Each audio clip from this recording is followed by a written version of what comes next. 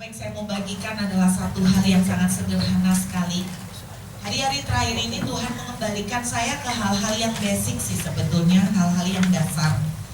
Nah kadang-kadang hal-hal yang mendasar itu yang kita lupakan. Nah saya mau ajak Bapak Ibu kita melihat dalam kitab Kejadian. Kitab Kejadian pasal yang ke-30, sebuah cerita yang sudah tidak asing, yaitu mengenai Yakub di rumah mertuanya, yaitu Laban. Coba kita akan melihat dari Kejadian pasal yang ke-30. Sudah Bapak Ibu? Ayat yang ke-41 sampai dengan ayat yang ke-43. Kejadian 30 ayat 41 sampai 43. Saya akan bacakan buat saudara ya. Dan setiap kali apabila berkelamin kambing domba yang kuat, maka Yakub meletakkan dahan-dahan itu ke dalam palungan di depan mata kambing domba itu, supaya berkelamin dekat dahan-dahan itu. Tetapi apabila datang kambing domba yang lemah, ia tidak meletakkan dahan-dahan itu ke dalamnya. Jadi hewan yang lemah untuk Laban dan yang kuat untuk Yakub. Maka sangatlah bertambah-tambah harta Yakub, dan ia mempunyai banyak kambing domba, budak perempuan dan laki-laki, unta dan keledai. Saudara, kita tahu latar belakang dari cerita Yakub. Dia lari dari rumah bapaknya karena Esau ya. Kemudian dia jatuh hati kepada seorang wanita yang menurut dia cantik sekali. Lalu dia mau menikahi wanita ini, yaitu namanya Rahel. Singkat cerita, Laban adalah orang yang sangat pelit dan licik. Lalu kesempatan ini dimanfaatkan Laban untuk mendapatkan tenaga kerja yang gratis. Singkat cerita, kita tahu bahwa Yakub bekerja selama 7 tahun gratis tanpa digaji demi mendapatkan Rahel. Kemudian masih ditambah lagi karena ternyata ditipu, ditambah lagi menikah lagi dengan Rahel di kemudian. Singkat cerita, total waktu yang ditempuh oleh Yakub selama di rumah Laban adalah 20 tahun. Sebetulnya 20 tahun adalah waktu yang cukup untuk meniti karir dan mengumpulkan tabungan. Tapi Alkitab menceritakan bahwa di ujung 20 tahun Yakub sama sekali tidak mempunyai harta. Walaupun dia sudah punya istri, punya anak, tapi Yakub sama sekali tidak punya tabungan. Dan saat itu saya percaya dia menangis di dalam doa, dan Tuhan mendengar doanya. Lalu Tuhan memberikan satu kunjungan. Ada malaikat yang datang kepada Yakub dan bilang begini, telah kulihat kesengsaraanmu di rumah mertuamu. Lalu Tuhan memberikan sebuah janji, Yakub, nanti anak dari kambing domba yang kawin akan kubuat belang-belang. Nah, ceritanya gitu ya. Singkat cerita seperti itu. Lalu semua kambing domba sama Yakub diatur, Bapak Ibu. Kan selama ini dia menjaga ternak bapak mertuanya kan. Sama Yakub lalu diatur. Ketika dia melihat ada kambing domba yang mau kawin, jadi bukan Yakub yang ngawinin dia, Bapak Ibu ya. Nah kan dia sudah mempelajari bahasa body language-nya kambing nih ceritanya. Jadi Yakub ini tahu kambing-kambing mana yang gopok, kambing-kambing mana yang kualitasnya bagus. Yakub ngerti, apal, karena tiap hari urusannya sama kambing-kambing. Nah ketika dia melihat ada sepasang kambing yang gelagatnya mau kawin, dan dia tahu kambing ini kuat, Alkitab menceritakan lalu Yakub meletakkan dahan yang sudah dia potong, sehingga kelihatan dahan ini bintik-bintik, ditaruh di palungan tempat minum. Supaya apa? Akhirnya kambing domba yang kawin ini melahirkan anak yang bintik-bintik. Dan ternyata semua yang dilahirkan bintik-bintik. Betul saudara ya? Kemudian yang terjadi, kalau dia tahu yang mau kawin ini lemah, dia nggak taruh dahannya. Bapak Ibu, saya ini kagum waktu cerita kambing domba. Nah sebelum saya masuk lebih jauh, izinkan saya kesaksian dari cerita salah satu anak rohani saya.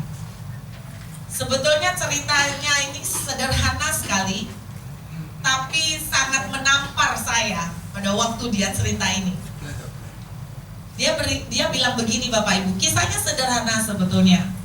Saya punya anak rohani, asalnya orang Surabaya. Lalu dia dapat suami orang Jakarta. Dan setelah menikah tahun lalu, mereka berdua pindah. Tapi anak rohani saya ini suka banget untuk datang ke Surabaya. Karena bagaimanapun teman-temannya dia, keluarganya dia lebih banyak di sini. Nah di Jakarta dia belum punya banyak teman. Nah kemudian dia sering bolak-balik Surabaya, biasanya hampir setiap 2 minggu sekali. Dan kemudian setiap 2 minggu sekali kalau ketemu sama saya, mesti begini pertanyaannya. Cek, ayo Cek sharing, Tuhan ngomong apa? Tuhan ngajarin apa? Cece dapat pewahyuan apa? Setiap kali ketemu, selalu kami menghabiskan waktu berjam-jam untuk baca Alkitab, untuk cerita, untuk bedah Alkitab. Jadi suami istri muda ini seneng banget belajar Alkitab, haus dan lapar akan Tuhan. Bahkan dia tanya gini, Ce, aku lagi baca buku ini, Cece baca buku apa? Jadi kadang kita sharing, terus tuker-tukeran, dan akhirnya saling menantang untuk baca-baca buku.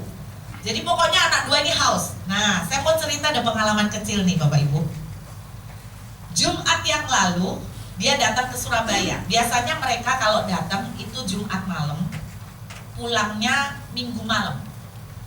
Biasanya. Tapi karena kemarin ini memang dia sudah hamil dan sekarang kandungannya 7 bulan. Nah, dia tuh setiap bulan kalau cek mesti ke dokter Surabaya. Ya sekalian sowan.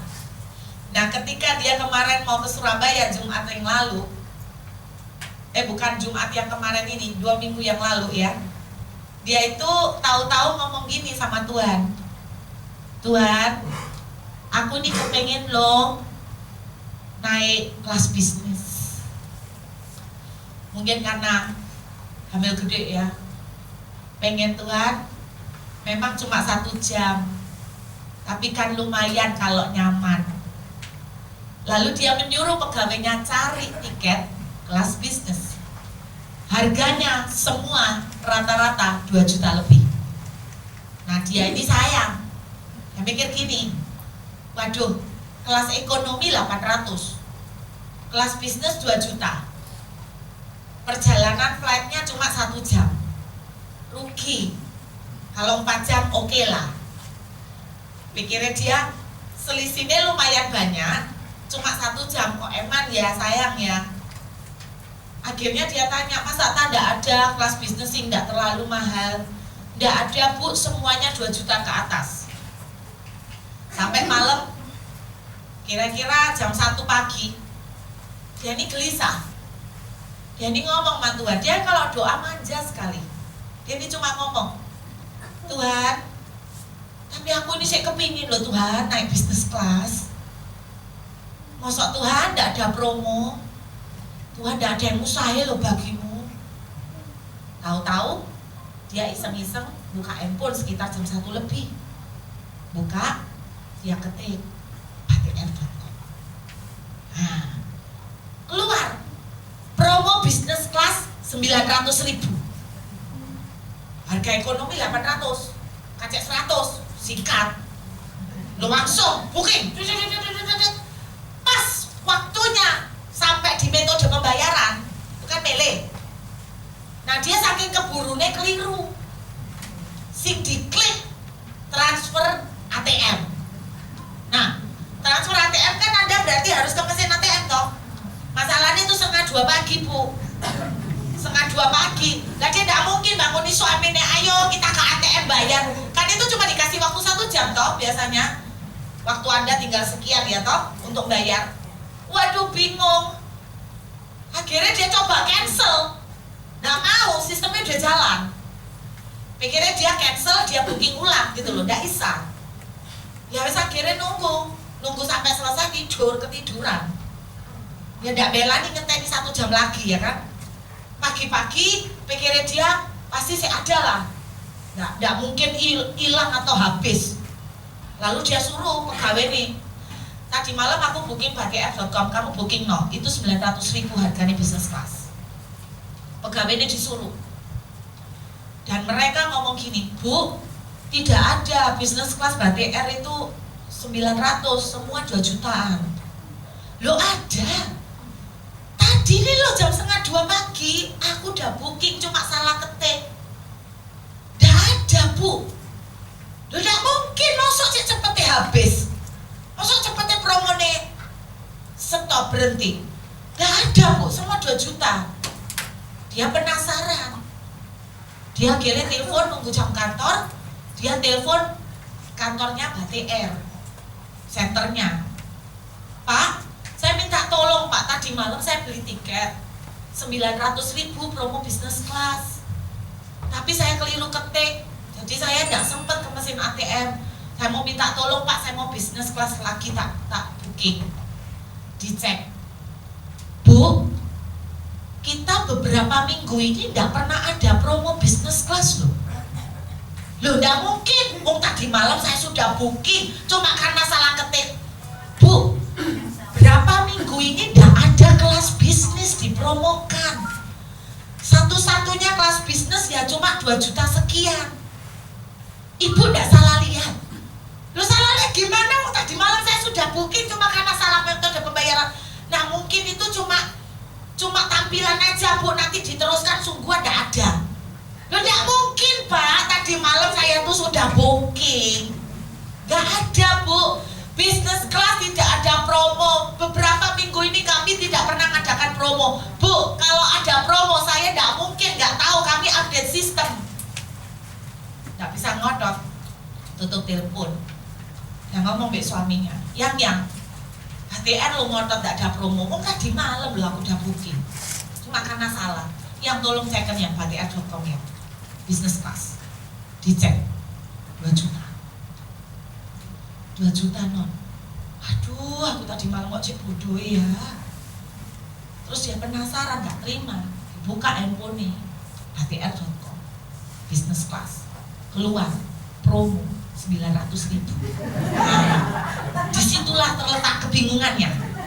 Lalu 2 handphone ini dijejer no, di foto, di capture screen. Terus bingung, dia ngomong, ya ini handphoneku sama handphonemu kok bisa lain? Loh iya ya, kok bisa ya?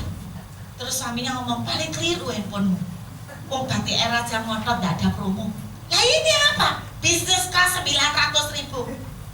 Ya wis coba terus no, siapa tahu gak ada. Suaminya bilang gitu, mungkin kan bukan. Diketik terus, diikutin, sampai akhirnya metode pembayaran dihati-hati. Langsung dia ketik kredit card, metode pembayaran, langsung keluar kode booking. Loh, kalau sudah keluar kode booking kan tidak mungkin halusinasi toh, kan tidak mungkin itu salah kan, keluar kode bookingnya sudah. Loh ya bisa loh. Terus dia ngomong gini sama saya, C, lek kayak gitu tuh apa namanya? Pihak Batik Air ngomong gak ada promo, sudah update sistem, kenapa yang keluar di handphone saya 900? Rupanya ada sebuah dunia magic, orang dunia bilang, orang Kristen bilang dunia supranatural yang cuma Tuhan bisa utek-utek.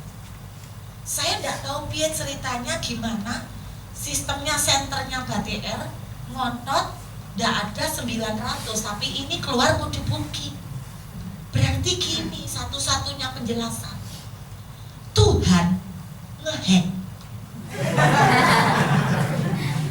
Loh ya, cuma itu. Entah bagaimana sistemnya, sistem komputer online-nya dihack sama Tuhan, dibengkokkan. Loh ya, bener dah Bapak Ibu, saya ini baru sadar Tuhan tuh ngomong gini waktu saya tahu ceritanya, saya lihat capture-annya, saya garuk-garuk kepala. Tuhan bilang, nah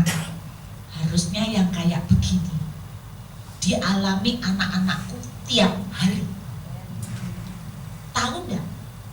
Kalau Anda cerita mujizat, misalnya nggak dapat uang, nggak ada uang, tahu-tahu nemu uang, itu kita udah sering dengar. Nggak punya uang, tahu-tahu ada orang kasih, biasa. Tapi saya baru dengar ini, Tuhan ngehack komputer, Tuhan ngacaukan sistem nih ceritanya ya. Yang tadinya sistemnya begini saya dibengkokkan khusus dia.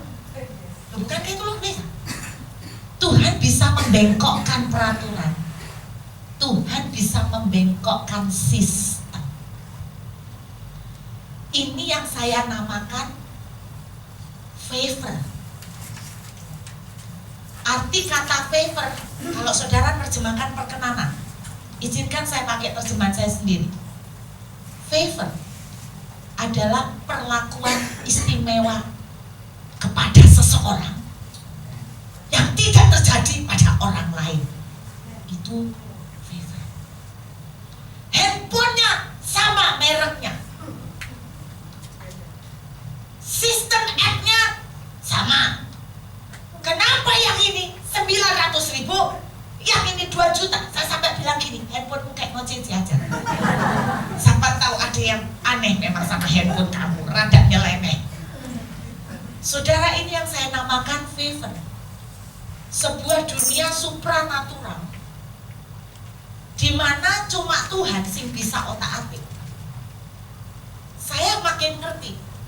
Kalau cuma, saya bukan meremehkan mujizat.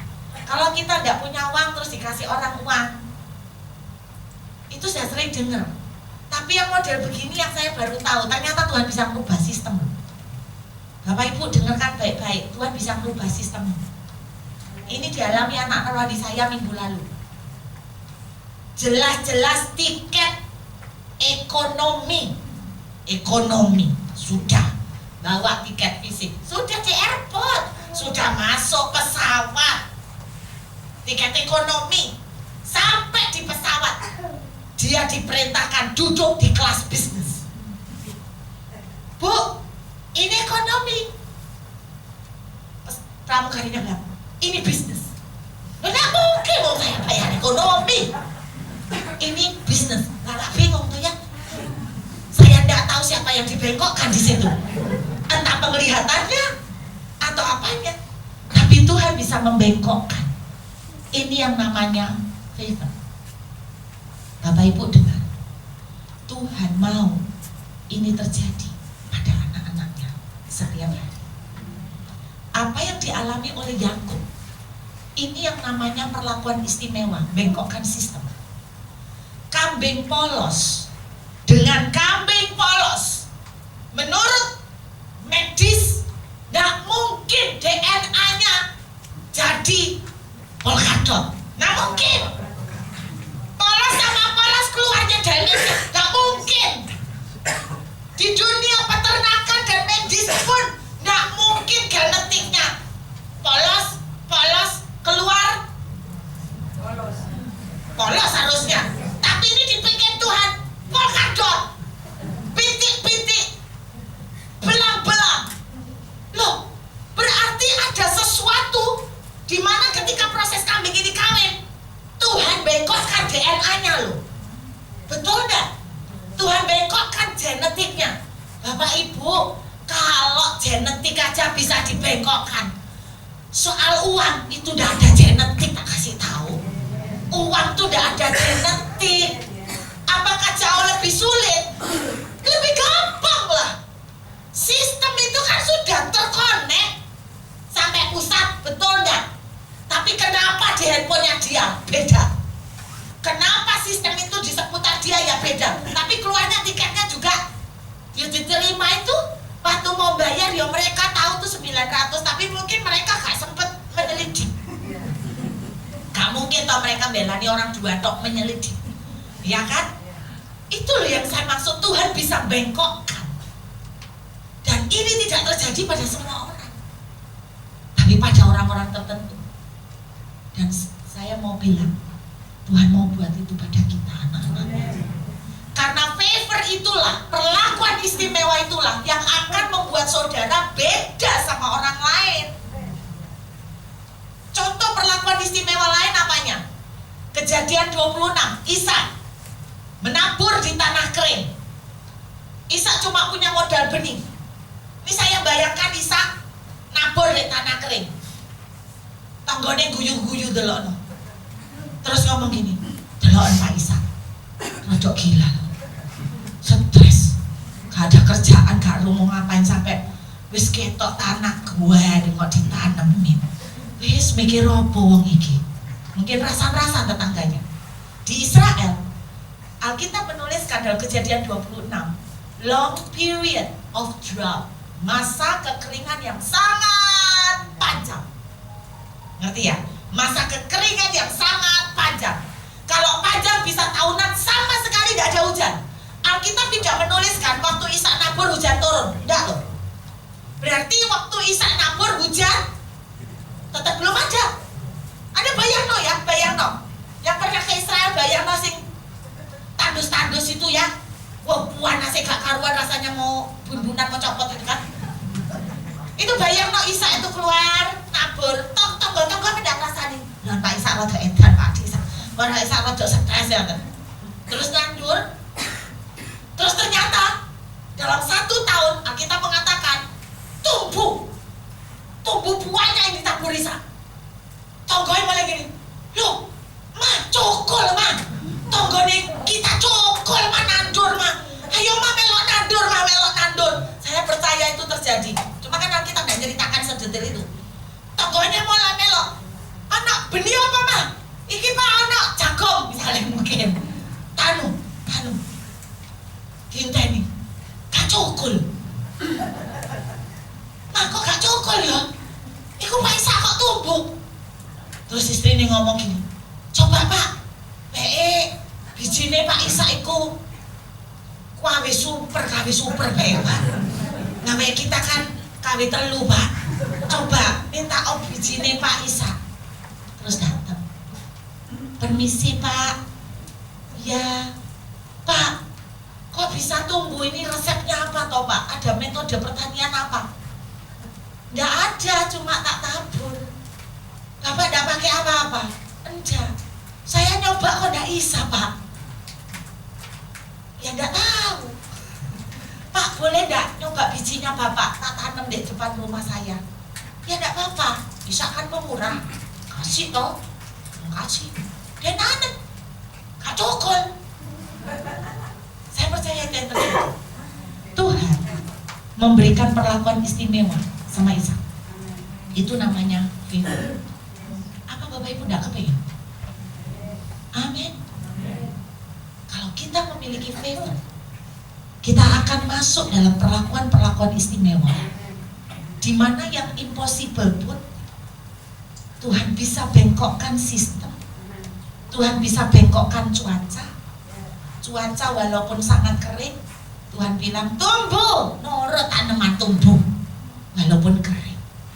Dan Alkitab menuliskan Ishak kian lama kian kaya, sehingga ia menjadi sangat kaya. 1 tahun tanpa hujan, tanpa modal, cuma modal benih, tabur. Cengli ini nggak mungkin tumbuh Pak, tapi dengar Tuhan bengkokkan sistem pertanian. Menurut hukum pertanian, tanaman kalau tumbuh, saya ngikut belajar sekolah ya anak-anak pas ujian. Supaya tanaman tumbuh syaratnya 1, soil, tanah yang subur, good soil. 2, water. 3, sinar matahari. 1 sama 3 ono, 2 gak ono. Menurut ilmu alam tidak mungkin tumbuh, tapi Ishak bisa tumbuh. Tuhan bengkokkan sistem alam. Dahsyat kan? Saya berdoa Anda ngalamin favor ini. Saya kasih tahu salah satu kunci. Bagaimana Bu kita bisa masuk mengalami favor Tuhan?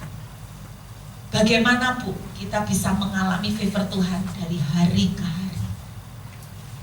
Saya kasih tahu Bapak Ibu, ternyata begini, orang yang memiliki perjanjian dengan Tuhan adalah orang-orang yang akan mengalami favor Tuhan. Saya ulangi, siapakah orang yang bisa mengalami favor Tuhan? Orang-orang yang memiliki perjanjian dengan Tuhan. Merekalah yang akan mengalami favor Tuhan. Maksudnya gimana?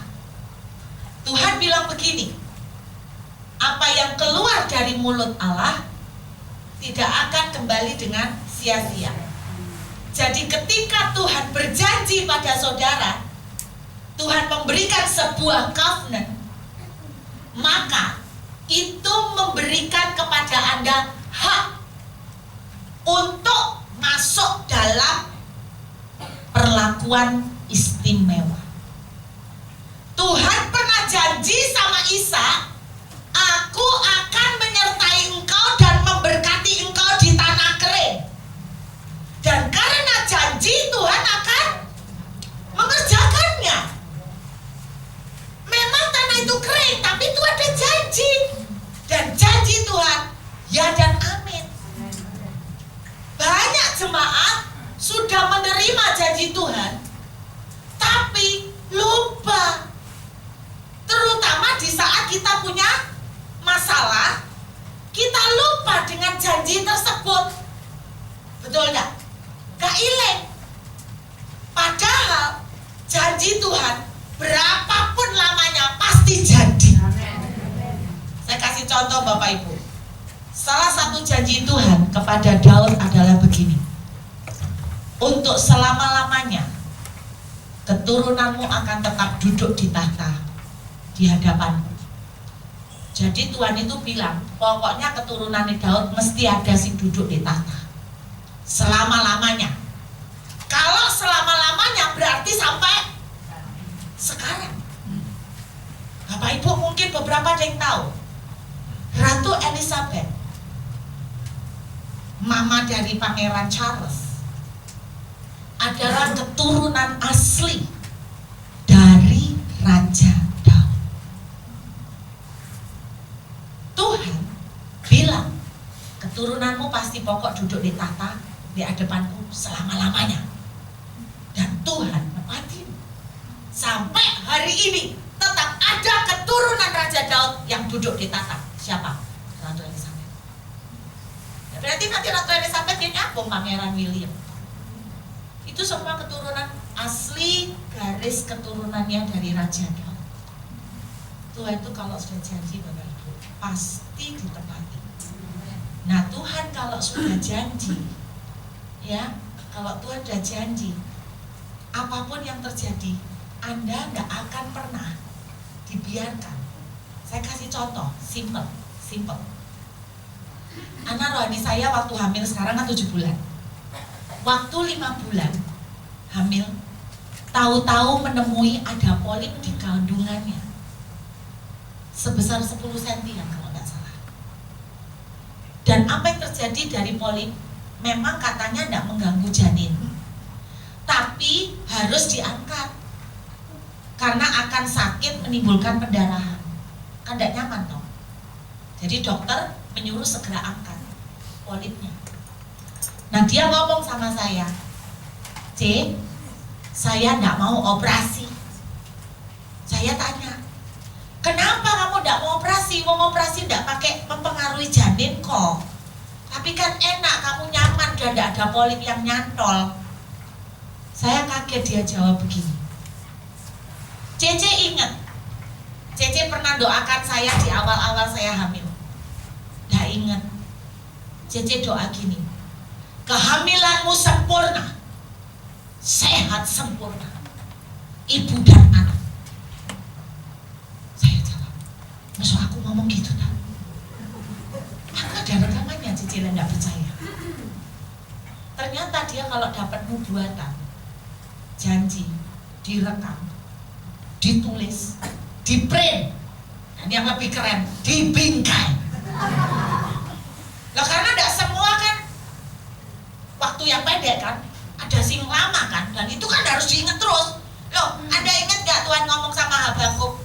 Habakuk kan nangis, Tuhan kenapa orang fasik mbok biarkan tambah diberkati, anak-anakmu kok ndak mbok tolong. Lalu Tuhan memberikan dia penglihatan. Apa yang kau lihat Habakuk? Baik sekali penglihatanmu, tuliskanlah itu sebab masih menunggu waktunya. Jadi Bapak Ibu kalau terima janji pasti lupa. Saya baru tahu dia tulis, bahkan di print, dibingkai. Dia bikin satu ruangan isinya semua janji Tuhan. Jangan kayak orang-orang tertentu tiap minggu kulaan, nubuatan, habis itu lupa semuanya. Banyak nubuatan juga lu buat-buat, ya kan? Makanya tapi kalau Anda benar-benar dapat covenant dari Tuhan, Anda hargai. Saudara, Cece bilang, dia ngomong gini, kandunganmu sempurna dan sehat, ibu dan anak. Terus saya jawab gini, iya tapi kan operasi tidak salah dong. Operasi kan berarti tidak sempurna, C. Saya jawab gini, kamu operasi untuk menyempurnakan. Dengan operasi jadi sempurna.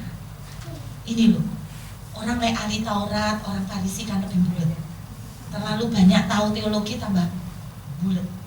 Tapi yang model polos gini yang polos. Saya bingung loh Bapak Ibu. Mau tak paksa operasi, takut melemahkan imannya. Tapi saya dewek bingung, imannya sih bener dek apa aku. Karena kan gini katanya kan iman juga harus berhikmat. Nah lihat gini apa? Operasi gak? Anda ya bingung tuh. Anda ngomong jangan operasi, terus Anda apa-apa, Anda merasa lain gak enak kok. Tapi mbok suruh operasi dek ini ngotot, Tuhan sudah bilang sempurna dan sehat. Mateng. Kita tidak berani ngedaunkan dia. Akhirnya saya diem. Saya cuma malah kepikiran, Tuhan kok sampai gugur. Nah dia cerita, C, aku pendarahan. Ya ini lek keguguran ya apa, iso murtad pasan, kok sampai gugur. Saudara tahu, dia selalu ngomong gini, kandungan dengar, Tuhan sudah janji sempurna dan sehat. Jadi Poli, kamu udah punya tempat di situ, pergi. Setelah dia doa, Anda tahu apa yang terjadi? Pendarahan tambah banyak. Waduh. Terus dia ngomong, C, aku lihat pendarahan tambah banyak kok ya juga. Aku ya bingung jawabnya. Saya mau ngomong gini, dari awal aku goyah. Gak usah nunggu pendarahan, aku sudah goyah. Saudara tahu kan? Saya cuma tanya, terus kamu ya apa sekarang? C, aku gak boleh lihat yang di depan mata. Tuhan sudah janji sempurna dan sehat. Aku udah takut. 2 hari setelah dia ngomong, tahu-tahu dia waktu kencing keluar gumpalan daging warna hitam. Dia tidak tahu itu polip atau apa, tapi setelah itu pendarahan berhenti. Pada waktu dia cek ke dokter kandungan, polipnya sudah ada. Orang yang akan punya covenant Tuhan pasti digenapi. Masalahnya kadang-kadang doa kita tertunda. Kadang-kadang masalah kita tertunda berlama-lama tidak selesai. Anda tahu kenapa? Karena kita sering terlalu suntuk dengan masalah sampai panik, bingung, stres, mikirin cara ini. Padahal Tuhan sudah kasih janji itu memberikan engkau hak untuk mengalami perlakuan istimewa seperti yang dialami oleh Yakub dan Ishak. Amin. Dahan. Apa yang dilakukan sama Yakub? Motong dahan toh? Diris. Bagian dalamnya ketok bintik-bintik kan? Dulu saya pikir, lawang Alkitab nulisnya begitu. Dan itu ditaruh di palungan supaya apa? Katanya gini, supaya berkelamin. Dan itu taruh di depan mata kambing domba. Lah tak pikir gini loh, di depan mata kambing domba biar no kambingnya ngeliat. Lah otomatis orang yang baca kalimat ini kan gitu toh. Di depan mata kambing domba, oh berarti Yakub ini naruh dahan beno kambing domba pas kawin delok bintik-bintik engko anake metu bintik-bintik. Bapak Ibu, kambing domba itu rabun. Masio itu dek deket. Tapi coba cengline nih, cengline. Denger no ya. Mosok kambing kawin ambek minum. Jadi ambek minum ambek delok dahan kawin yo. Enggak mungkin kan? Satu kambing tuh rabun. Dua ya enggak mungkin dia sambil kawin sambil minum, mana ada ceritanya. Nah terus buat apa dahan itu? Saya baru ngerti. Dahan itu sebetulnya bukan buat kambing. Masuk kalau Anda naruh gambar Doraemon terus nanti kambingnya beno liat terus keluar anaknya Doraemon. Nggak bisa. Dahan itu bukan buat kambing tapi itu buat Yakub. Maksudnya gimana Bu? Setiap kali dia melihat kambing domba berkelamin, dia ingat janji Tuhan. Tuhan kamu janji anak-anak ising dilahirno blonek-blonek. Dia pasang dahan. Tuhan engkau udah janji blonek-blonek. Kau udah janji blonek-blonek. Dahan itu buat mengingatkan Yakub akan covenant yang Tuhan berikan. Amin. Tuliskan itu. Dulu ada film Indonesia judulnya 5 cm. Pernah lihat? Di film itu diceritakan gini, kalau kamu punya mimpi, taruhlah 5 cm di depanmu. Biar kamu lihat terus. Kalau boleh saya improvisasi. Kalau Anda dapat visi, covenant dari Tuhan, letakkan 5 cm di depan matamu sedekat mungkin, biar Anda ingat. Kayak anak ini waktu di Epoli, engkau dia bilang Tuhan sempurna. Balik saudara sama saya kan beda. Matang aku, Tuhan, tolong doamu, benar ada apa-apa, we kumpul lali. Lalu gitu kan percuma, lu dapat pembuatan, nyampe pendeta. Bener apa nih? Nah, Anda pernah dapat janji Tuhan? Siapa yang pernah dapat janji Tuhan? Nah, apa yang buat lakukan? Eling Bu. Akelingnya payah lupain. Haleluya. Saya kasih tahu ya. Saya punya pengalaman yang terbaru. Bapak Ibu, saya itu dari 2 tahun ini kepingin kerja, kepingin bisnis. Dari berapa tahun tuh mikir bisnis apa ya? Mulai dari pisang goreng, jualan bebek. Karena melihat orang-orang di jualan bebek kok laris, cepet kaya. Saya ini kepingin bisnis. Karena saya ini tidak mau bergantung dari angpau. Dan kedua, kalau saya punya lumbung sendiri, saya tidak perlu bingung diatur sama orang, nggak usah takut. Lu ngatur, nggak ngatur, lu ngundang, nggak ngundang, EGP. Iya, uang itu sensitif. Saya manusia normal, Bapak Ibu. Masih daging, bukan besi, bukan plastik. Lihat duit yang mikir.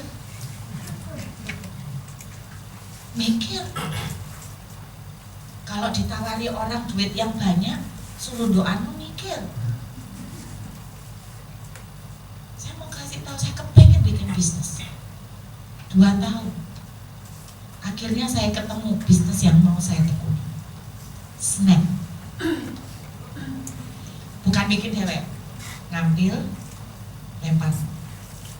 Saya menemukan supplier snack yang enak-enak. Mulai dari marning, cheesesteak, sampai koyo astor.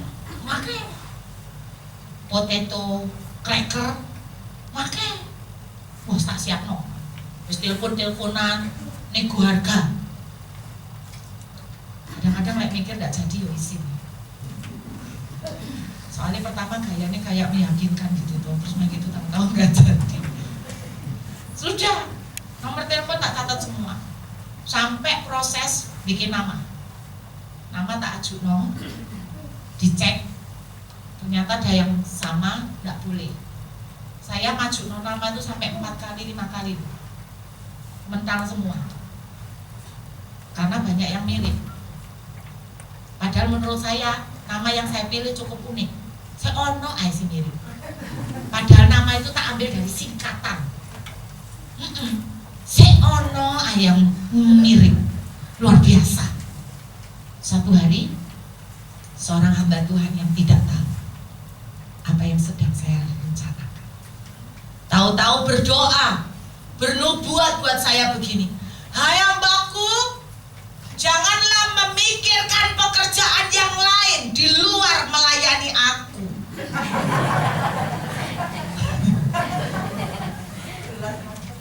Aku langsung kebetulan,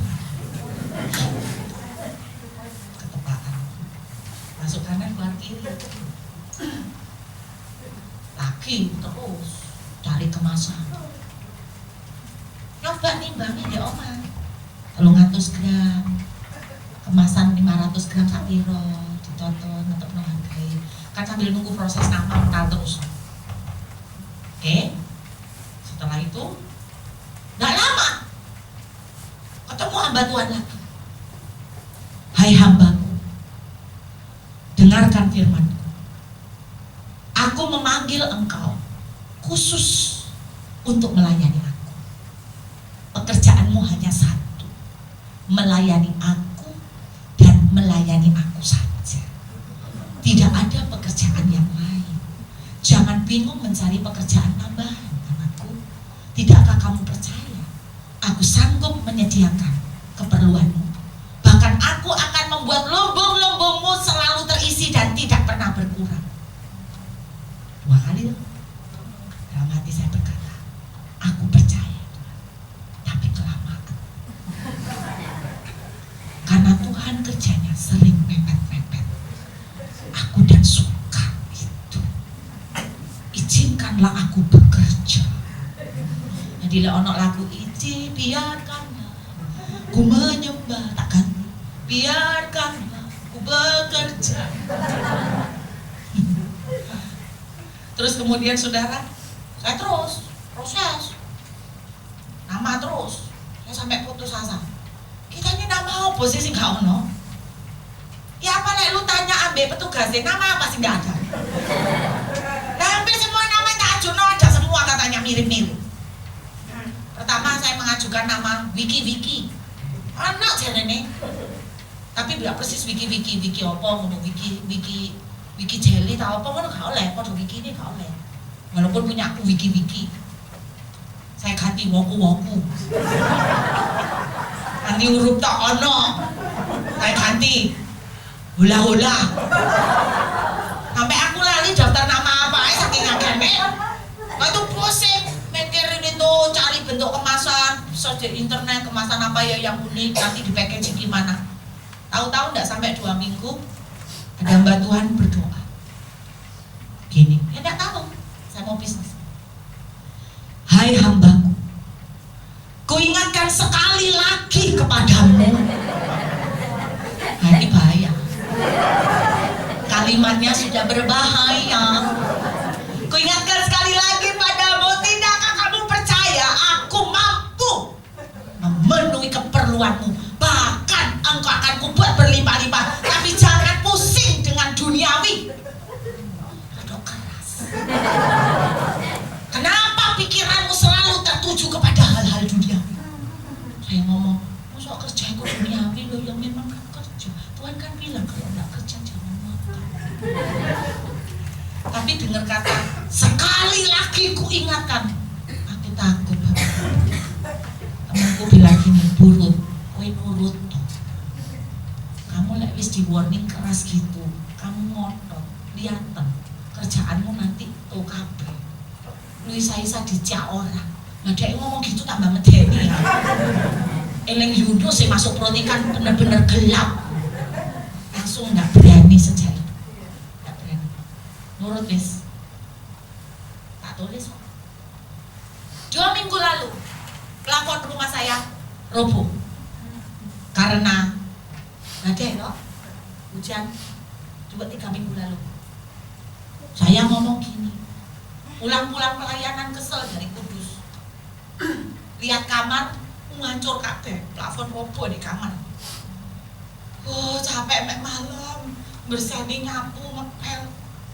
Duh Tuhan cik sombong. Terus saya itu ngomong gini ambil berlinang air mata, didramatis. Tuhan, gini nih loh. Tahu nggak kenapa aku tuh pengen kerja? Karena aku tuh pengen punya lombong sing akeh. Jadi punya persediaan duit tuh banyak. Kayak gini nih kan, ya memang sih dandani plafon paling piro ya.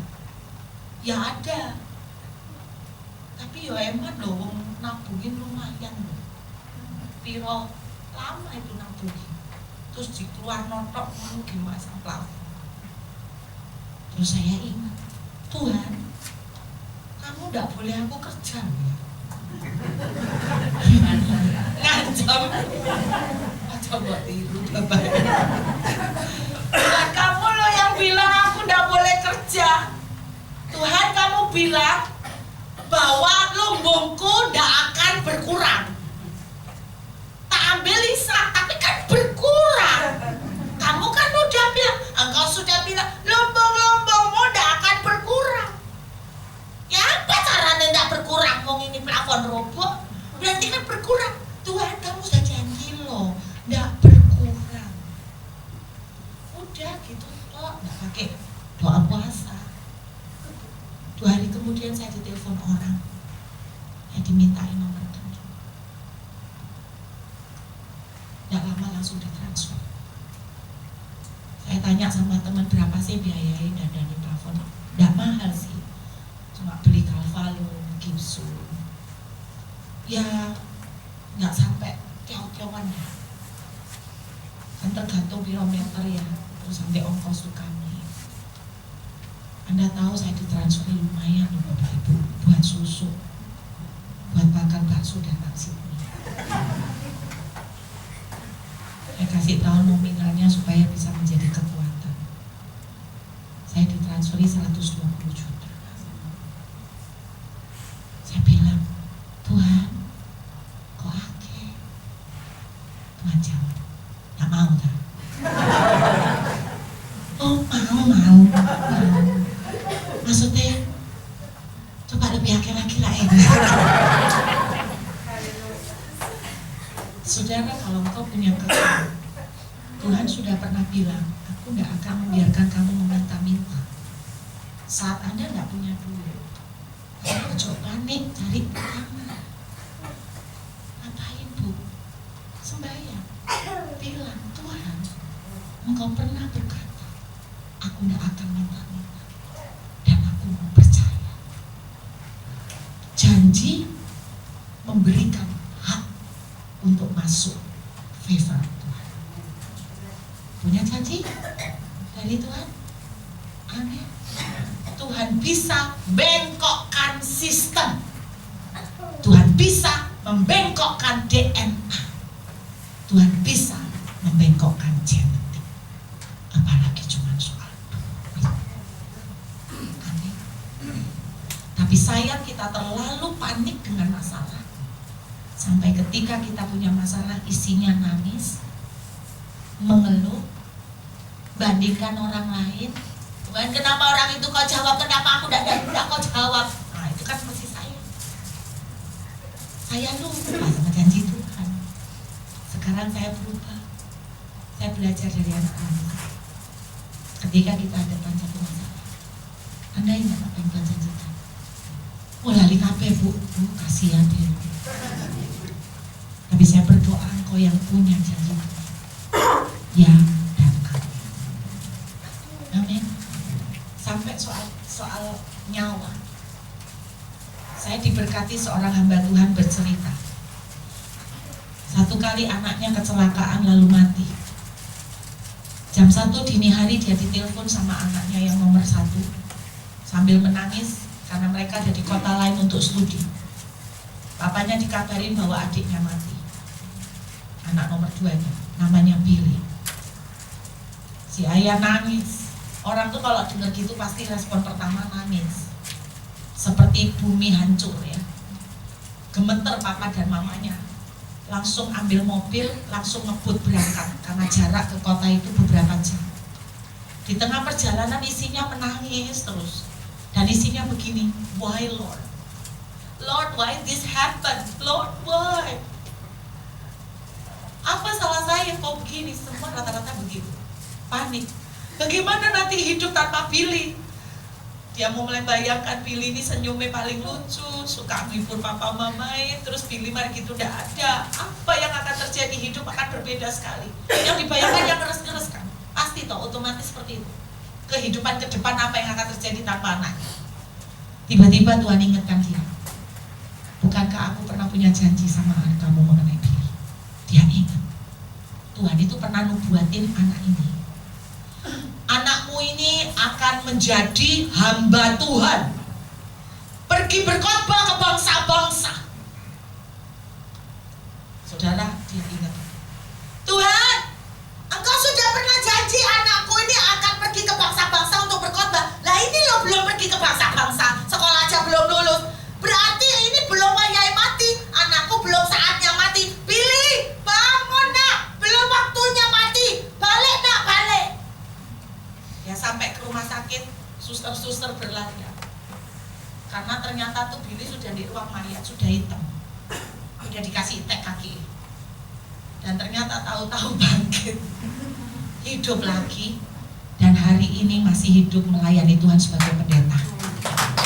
Namanya Billy Womack. Saudara bisa cek. Anak dari Andrew Womack.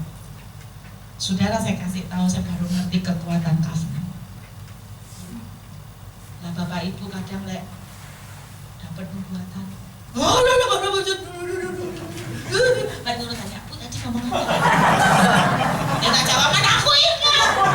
Makanya kalau didoain jangan kami sendiri. Nah istri, langsung terbedak. Nah itu susah toh begini. Makanya Tuhan itu tertib Bapak Ibu. Tertib, gak usah pakai kejang-kejang. Tuhan itu tertib. Kalau Tuhan waktu ini bicara ya aku Tuhan bicara. Nah Tuhan ngomong, dengarkan firman. Langsung kudu tak. Saya berdoa tahun 2017 saudara mengalami favor Tuhan. Amin. Apa tadi favor? Perlakuan istimewa. Kayak Ishak, nabur tumbuh, yang lain gak tumbuh. Benihnya sama, tetap gak tumbuh. Kenapa? Karena Tuhan punya covenant sama Ishak, bukan sama orang itu. Benar kan? Ishak menggali sumur, keluar air. Orang lain gali, dan keluar. Karena apa? Tuhan punya perjanjian dengan Ishak. Tuhan juga punya perjanjian dengan Yakub, bahwa aku akan memberkati engkau berlimpah-limpah. Dan cara yang dipakai Tuhan seringkali sangat kreatif. Tuhan bisa bengkokkan apapun demi memberikan perlakuan istimewa kepada anaknya untuk menepati janjinya. Jangan putus asa, Tuhan akan menepati. Bagian saudara dan saya, jangan terpuruk dan suntuk karena masalah. Dan ketika engkau berhadapan dengan kenyataan yang berlawanan, bangkit dan katakan, Tuhan, janjimu ini